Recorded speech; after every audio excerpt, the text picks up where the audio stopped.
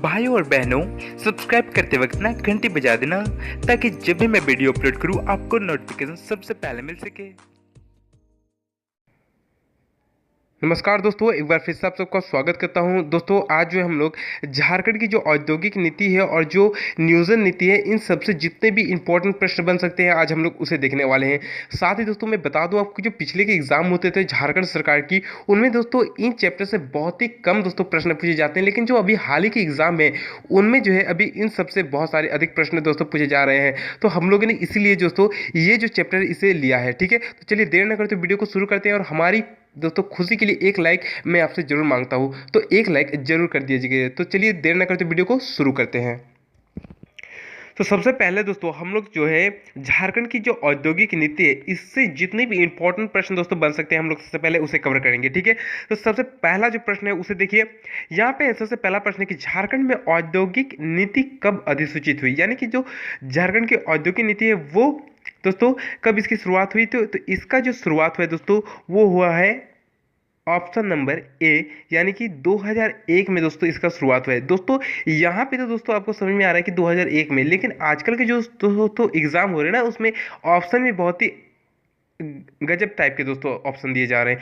यहाँ पे देखिए अभी जो आपको दिखाई दे रहा है कि 2001, लेकिन वहाँ पे कभी कभी देखने को मिलेगा कि ये जो है इसका जो औद्योगिक नीति ये कब हुई, कभी दे देगा 1 मार्च 2001, कभी दे देगा 1 अगस्त 2001, कभी 1 फरवरी 2001, इस प्रकार के दोस्तों प्रश्न दे देंगे। तो मैं बता दूं आपको कि इसका जो औद्योगिक नीति है ये अधिसूचित हुआ था आपका 1 मार्च 2001, 1 मार्च 2001 में दोस्तों ये अधिसूचित हुआ था। याद रहेगा, डेट याद रहेगी 1 मार्च 2001। ठीक है, आपको दिक्कतें नहीं आएंगी। चलिए नेक्स्ट प्रश्न पे चलते हैं।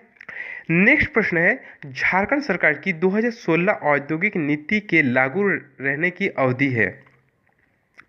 तो झारखंड से 2016 की जो औद्योगिक नीति है उसके लागू रहने की अवधि कितने वर्ष की है, तो वो है ऑप्शन नंबर बी आपका सही आंसर हो जाएगा। दोस्तों मैं आपको बता दूं कि पहले जो है आप लोग अपना ऑप्शन चूज करिएगा, उसके बाद दोस्तों मैं आपको जो सही आंसर है वो बता दूंगा। ठीक है, चलिए तो यहाँ पे ऑप्शन नंबर बी आपका सही आंसर हो जाएगा, यानी कि झारखंड सरकार दोस्तों 2016 की औद्योगिक नीति को जो लागू रखने की अवधि थी वो 10 वर्ष की थी। ठीक है, यानी कि ये कब तक रहेगी, ये रहेगी आपके 2026 तक। कब तक रहेगी, 2026 तक रहेगी। या दोस्तों यहाँ से भी प्रश्न बन सकता है कि झारखंड सरकार की जो 2016 की औद्योगिक नीति वो कब तक लागू रहेगी, तो यानी कि 2026 तक जो है ये औद्योगिक नीति लागू रहेगी, याद रखिएगा। चलिए ठीक है, क्वेश्चन किसी भी तरीके से पूछा जा सकता है।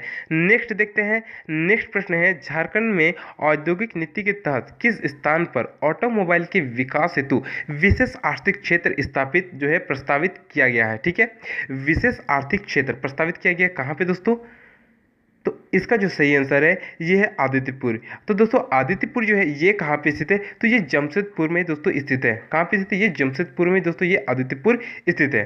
ठीक है, चलिए अब हम लोग नेक्स्ट प्रश्न पे चलते हैं। नेक्स्ट प्रश्न है, झारखंड सरकार की नई औद्योगिक नीति कब अधिसूचित हुई। तो दोस्तों जो झारखंड सरकार ने नई औद्योगिक नीति लॉन्च की है वो कब अधिसूचित की है, तो वो की आपके 2016 में। ऑप्शन नंबर डी आपका सही आंसर हो जाएगा। दोस्तों 2001 में जो हुआ था 1 मार्च 2001 में वो पहली औद्योगिक नीति थी, और 2016 में जो है ये दूसरी दोस्तों औद्योगिक नीति जो है दोस्तों वो लागू की गई। और यहाँ पे दोस्तों बता दूं कि ये औद्योगिक नीति इस प्रकार से प्रश्न बन सकता है दोस्तों कि जो औद्योगिक नीति है, जो नई औद्योगिक नीति है 2016 में जो लॉन्च की है, उसमें दोस्तों किस प्रधानमंत्री में इसको लॉन्च किया, तो वो क्या है, वर्तमान प्रधानमंत्री झारखंड के वो है रघुवर दास जी। उन्होंने जो है अभी हाल ही के नई औद्योगिक नीति को लॉन्च किया है। ठीक है, चलिए नेक्स्ट प्रश्न पे चलते हैं। नेक्स्ट प्रश्न है, झारखंड सरकार की नई औद्योगिक नीति 2016 के अंतर्गत किस क्षेत्र को विशेष प्राथमिकता दी गई है, यानी कि दोस्तों जो नई औद्योगिक नीति अभी लॉन्च हुआ है 2016 में, उसमें किस क्षेत्र को विशेष प्राथमिकता दोस्तों दी गई है, तो किस क्षेत्र को दी गई है, ग्रामीण विद्युतीकरण, यानी कि ऑप्शन नंबर ए आपका सही आंसर हो जाएगा। ठीक है, चलिए नेक्स्ट प्रश्न पे चलते हैं। नेक्स्ट प्रश्न है कि झारखंड सरकार की नई औद्योगिक नीति 2016 में ग्रामीण विद्युतीकरण को सर्वोच्च प्राथमिकता देते हुए विद्युतीकरण का लक्ष्य कब तक रखा था, यानी कि दोस्तों जो विद्युतीकरण का जो लक्ष्य रखा गया था वो कब तक रखा गया था और कितना प्रतिशत दोस्तों रखा गया था। ठीक है, तो ये जो है इसका जो सही आंसर हो जाएगा option number A. Option number A जो है इसका सही आंसर हो जाएगा दोस्तों, यानी कि 70% दोस्तों विद्युतीकरण का लक्ष्य रखा गया था।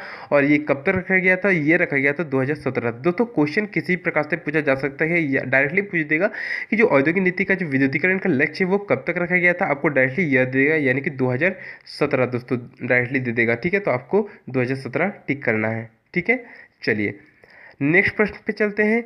नेक्स्ट प्रश्न है यहाँ पे, थोड़ा सा यहाँ पे प्रश्न छोटे नजर आएंगे, आप लोग ध्यान दीजिएगा, अगर नजर ना आए तो क्वालिटी बढ़ा लीजिएगा। यहाँ पे देखिए प्रश्न क्या है कि निम्न में से किस नीति के तहत झारखंड सरकार ने राज्य में मोमेंटम झारखंड नामक गतिविधि का आयोजन किया था। यानी जो मोमेंटम झारखंड दोस्तों अभी हाल ही में हुआ था, ठीक है, ये कहाँ पे हुआ था?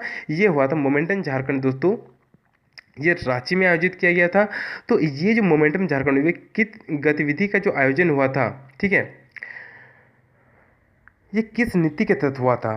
तो आपको बताना है किस नीति के तहत हुआ था।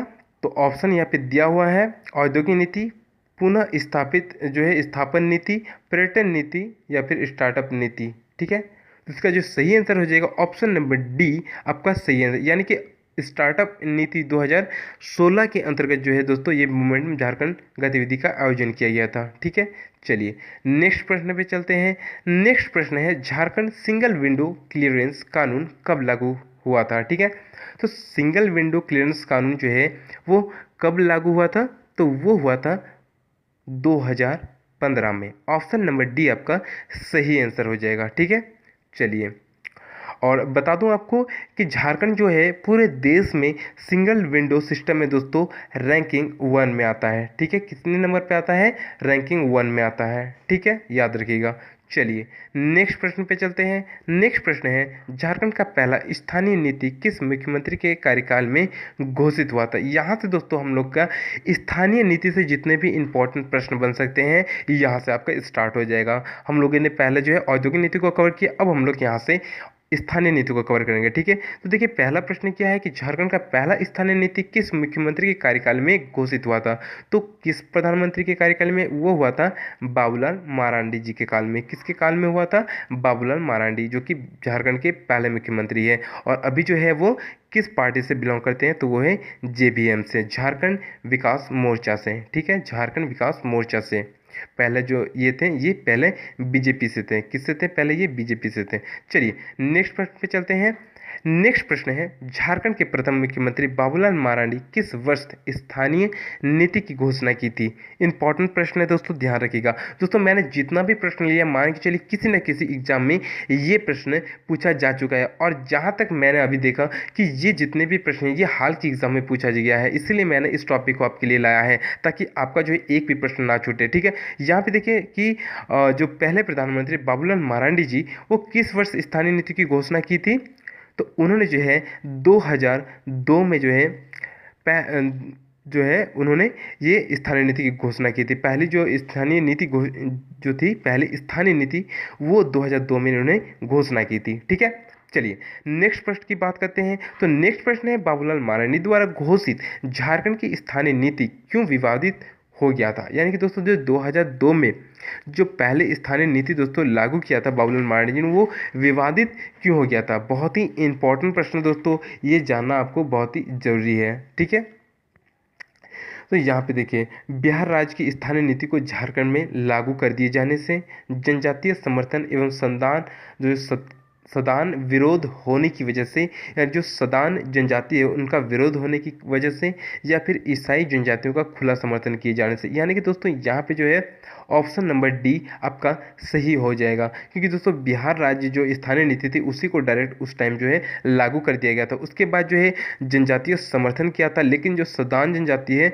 उसका जो है विरोध किया गया था, उनका जो पूरा समर्थन नहीं मिला था सदान जनजाति को। ठीक है, इसका कारण जो है सदान लोगों ने काफ़ी अधिक जो है विरोध किया था उस स्थानीय नीति का। ठीक है,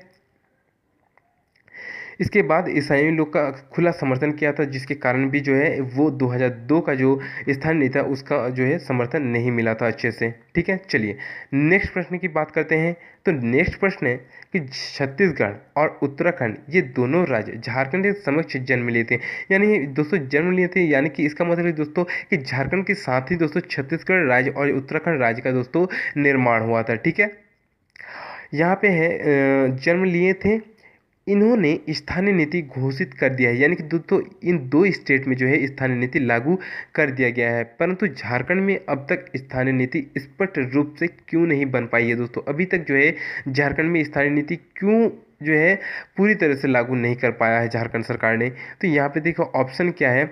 ऑप्शन पहला है अंग्रेज सरकार द्वारा बनाए गए नियमों का अब तक पालन होने के कारण। तो ये बिल्कुल सही है दोस्तों, ऑप्शन नंबर ए बिल्कुल सही है कि अभी भी जो है झारखंड सरकार अंग्रेजी सरकार द्वारा जो कानून बनाए गए थे अभी भी जो उसका पालन कर रही है। दूसरा ऑप्शन बी है यहाँ पे कि झारखंड के 13 जिलों को पूर्ण रूप से अनुसूचित क्षेत्र बनाए जाने का, ये भी बिल्कुल सही है दोस्तों। अभी जो झारखंड में है 13 अनुसूचित जिले हैं। कितने? 13 अनुसूचित जिले हैं। इंपॉर्टेंट प्रश्न है, ध्यान रखिएगा, डायरेक्टली पूछा जा सकता है कि जो अभी झारखंड में कितने अनुसूचित जिले हैं, तो 13 अनुसूचित जिले हैं दोस्तों, ठीक है। नेक्स्ट देखिए ऑप्शन नंबर सी देखिए कि झारखंड के साधारण जनता का घोर उपेक्षा किए जाने का, ये बिल्कुल सही है दोस्तों कि जो भी स्थानीय नीति आई थी उस वक्त वहाँ पे दोस्तों साधारण जनजाति को दोस्तों एकदम भी दोस्तों जरा भी सपोर्ट नहीं दिया गया था। इसी कारण जो है स्थानीय नीति दोस्तों स्पष्ट रूप से दोस्तों अभी तक नहीं बन पाई है झारखंड में, ठीक है। तो इस यहाँ पे दोस्तों इसका सही आंसर हो जाए ऑप्शन नंबर डी, इसका जो है इस प्रश्न का सही आंसर हो जाएगा, ठीक है। चलिए यहाँ तक हो गया। अब हम लोग नेक्स्ट प्रश्न पे चलते हैं। नेक्स्ट प्रश्न है झारखंड की दूसरी स्थानीय नीति किस मुख्यमंत्री के कार्यकाल में घोषित किया गया है? इंपॉर्टेंट प्रश्न है दोस्तों। तो झारखंड की जो दूसरी स्थानीय नीति है वो किस मुख्यमंत्री के कार्यकाल में घोषित किया गया? तो इसका जो सही आंसर है ऑप्शन नंबर सी, यानी कि दोस्तों अभी जो है हाल ही में रघुवर दास जी ने झारखंड का दूसरा जो है स्थानीय नीति लागू किया है, ठीक है। चलिए यहाँ तक हो गया। और ये जो दूसरा स्थानीय नीति है ये कब लागू किया गया था? ये लागू किया गया था 2016 में, ठीक है। चलिए नेक्स्ट प्रश्न पे चलते हैं।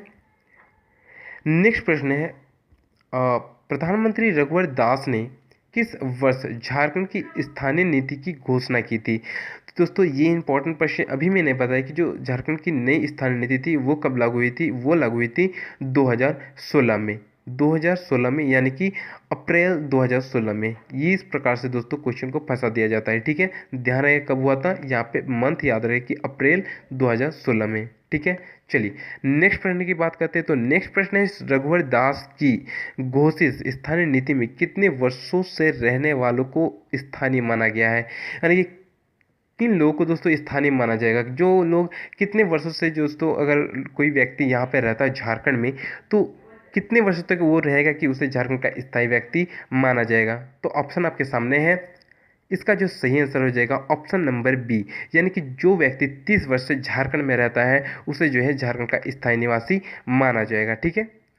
चलिए नेक्स्ट प्रश्न की बात करते हैं। तो नेक्स्ट प्रश्न है 2016 की स्थानीय नीति में वैसे स्थानीय जो भूमिहीन है उनकी पहचान के लिए कौन सा मान्य बनाया गया है? यानी कि दोस्तों जिनके पास ज़मीन नहीं है उन्हें दोस्तों किस आधार पर दोस्तों जो है उन्हें स्थायी माना जाएगा? तो ऑप्शन आपके सामने है। इसका जो सही आंसर होगा ऑप्शन नंबर डी, यानी दोस्तों प्रचलित भाषा, उनकी जो भाषा होगी उसके आधार पर जो है, उसके बाद उनकी जो संस्कृति है, कौन सी संस्कृति है, जो पुरानी संस्कृतियां हैं उनके आधार पर, उसके बाद उनकी जो परंपराएं हैं, उनकी जो रीति रिवाज हैं, उन्हें देख के दोस्तों उसे जो है स्थानीय माना जाएगा अगर उनके पास ज़मीन नहीं है तो, ठीक है। चलिए इतना हो गया। इसके बाद हम लोग नेक्स्ट प्रश्न पे चलते हैं। तो नेक्स्ट प्रश्न है दोस्तों यहाँ पे कि अनुसूचित क्षेत्र में तृतीय एवं चतुर्थ वर्गीय, यहाँ पे दोस्तों थोड़ा सा प्रश्न दोस्तों यहाँ पे गलत है, स्क्रीन नहीं होगा दोस्तों। यहाँ पे प्रश्न देखिए कि अनुसूचित क्षेत्र में तृतीय एवं चतुर्थ वर्गीय नौकरियों के लिए अनुसूचित जनजातियों के लिए कितने वर्षों के लिए आरक्षित किया? यानी दोस्तों जो अनुसूचित क्षेत्र है वहाँ पे जो तृतीय एवं चतुर्थ वर्गीय जो नौकरियाँ हैं उसे जो है हाल की जो नियोजन नीति थी उसमें जो है उसमें क्या किया गया है कि स्थानीय नीति में दोस्तों, स्थानीय जो नीति थी जो अभी हाल ही में 2016 में जो लागू, उसमें जो जो अनुसूचित क्षेत्र थे, कितने अनुसूचित क्षेत्र हैं? 13। उन 13 क्षेत्रों में दोस्तों जो अनुसूचित जनजातियां थी उनके लिए दोस्तों जो चतुर्वर्गीय और तृतीय और चतुर्वर्गीय जो नौकरियां थी उन सबको दोस्तों पूरी तरीके से दोस्तों रिजर्व कर दिया गया था, ठीक है। तो ये कितने वर्षों के लिए दोस्तों रिजर्व कर दिया गया था? तो यही प्रश्न दोस्तों कि चतुर्वर्गीय और तृतीय वर्गीय नौकरियां जो है अनुसूचित जनजातियों के लिए कितने वर्षों के लिए आरक्षित कर दिया गया था? तो इसका जो सही आंसर हो जाएगा option number A. Option number A इसका सही हो जाएगा। दोस्तों आज के लिए इतना ही। वीडियो अच्छा लगा तो एक लाइक कर दें। जय हिंद, जय भारत।